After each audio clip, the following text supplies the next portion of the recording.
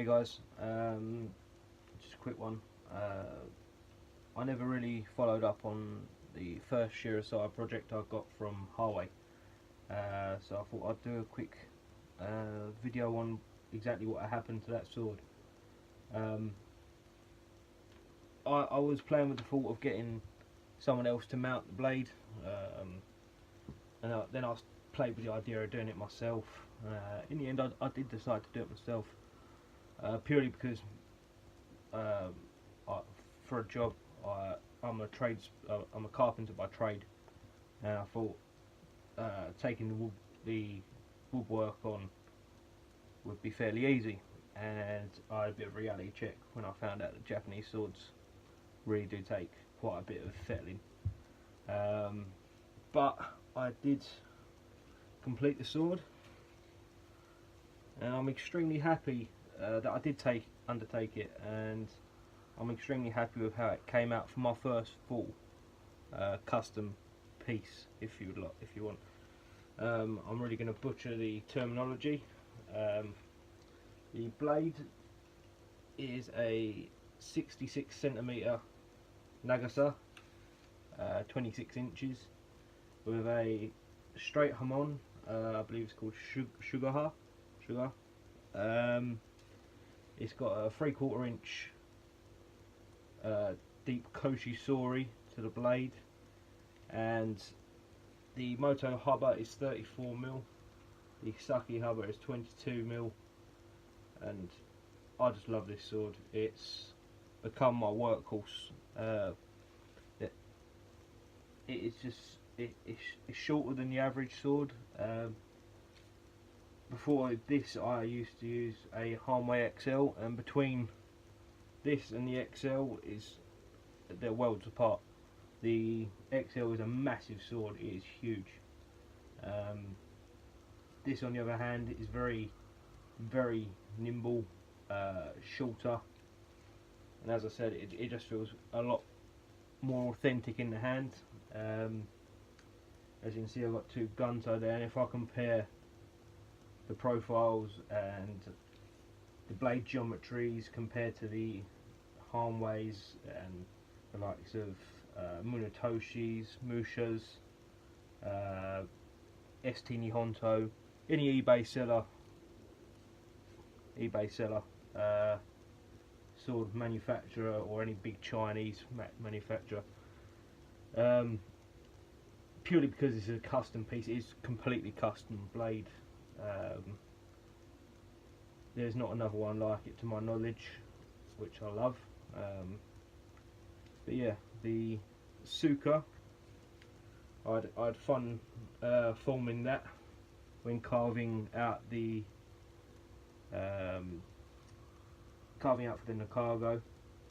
That was good fun. It was a real eye opener exactly what goes into making the furniture for the swords, and it's a bit of a reality check when it comes down to how much you pay for the likes of Huawei to give you a fully mounted custom blade, or a fully mounted blade for the likes of $200.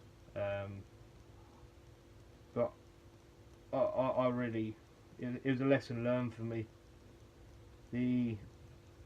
I enjoyed every part of it. The hardest thing was, I'm not a patient person, so I had to learn, and I learned the hard way. I actually had to make. This is the second Suka I actually had to carve because I rushed the other one. But you learn. You can be a thousandth of a mil out, and because this is a single Makugi, you'll feel any play in the Suka. But I took my time the second time round, and it came out lovely. This is the first time I've done Sukamaki. I used Hishigami, which again, they weren't perfect, but the sword is serviceable. The diamonds again aren't perfectly equal, but where I've lacquered it, the Suka isn't going anywhere. The Ito is very, very tight. The other imperfections and lessons I learnt was the same when you wrap it to the core. It's wet, and I didn't realise how much it shrunk. And you can see just there that the seam has just opened up a bit. Obviously it's glued, but it is a full wrap around the suka core.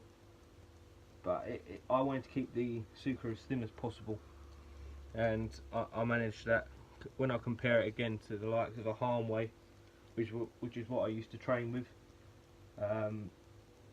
that just feels so cumbersome, and the handle feels like a baseball bat. This just feels, it feels like an extension of your arm. It really does. It's such a nice sword to work with. But moving on from the suka onto the saya, I started out again carving it. The hardest part for me was getting the habaki to fit. Again, you're working with pretty much sandpaper attached to a file to get the perfect fit, and now it doesn't go anywhere once it's in there. There's no saya rattle, and it just sits there. It doesn't fall out. And a slight push with your thumb, and there it comes. Working with the horn, the kurigata and the koiguchi, again I really did enjoy doing that. They came out nice. Yeah. When it came to the finisher, so I was playing with the thought of going with a gloss black or a matte, something that was really within my skill set, because as I said, I don't do finishing work on paints and whatnot. But I went into my local DIY store, craft store, and found this extremely fine gravel grit, whatever you want to call it. So I ended up doing ishime, and I love how it's turned out. It's a bit coarse on the obi, but it is functional. It works, and I love the feel. It looks great. Everything about it. The other thing to note was the kojiri. That was from Hyper Cafe, along with the fuchi and kashira.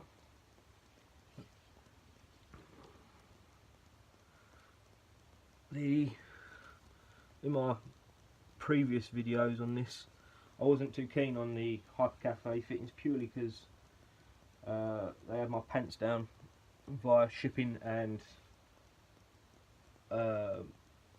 basically I spent just as much on the fuchi, kashira and the kojiri as I did the blade, actually a little bit more. And for production stuff, cast stuff, I was a bit put out by that, and I had my nose put out of joint, but it doesn't matter. I live with it, I work with it. A lot of people have asked me about the handachi fittings, because they are my favourite fittings out of all of them. But this sword now is my favourite. It just works.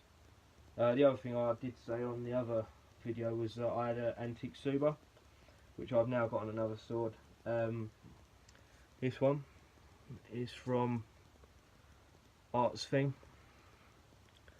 and they are frowned upon.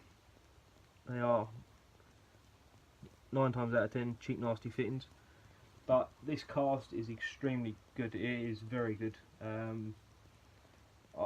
I've got, as I said, 2 gunto there, and the Tsubas on them. This looks pretty authentic for a cast. I'm very happy with the overall project as a whole.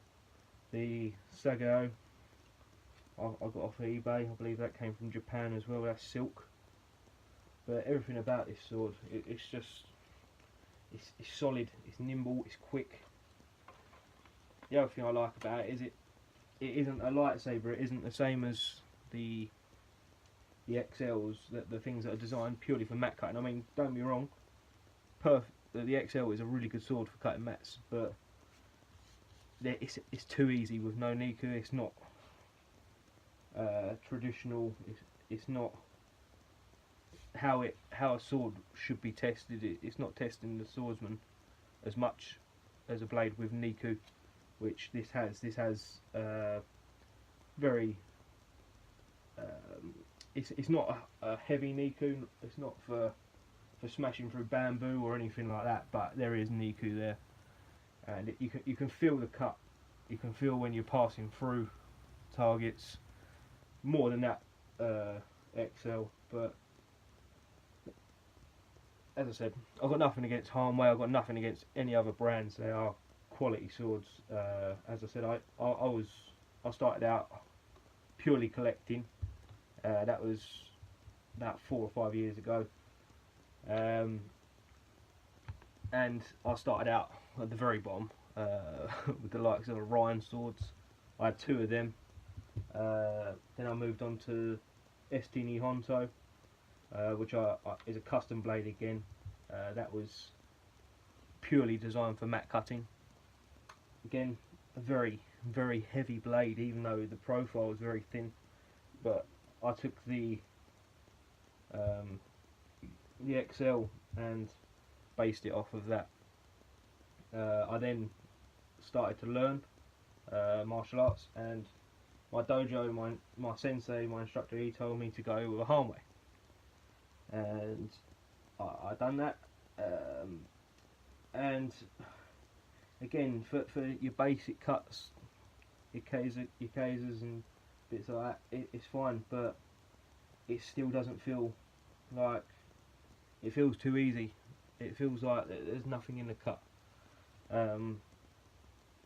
So I then went online, become part of Facebook groups, and saw that the likes of Huawei, I was put onto them, and I really would never ever turn back to any other sword brand. They are.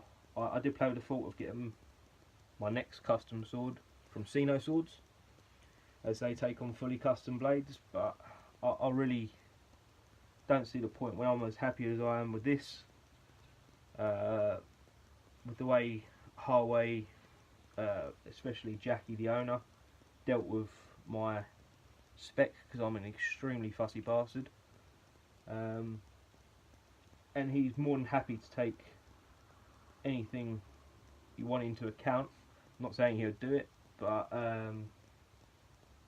he really does cater for your needs. Obviously, they don't do the likes of samurai and laminations, but for your monosteel blades that are sub £1,000, $1,000, whatever you want to say, they are great. They're worth the money. I really would not go anywhere else for a sword.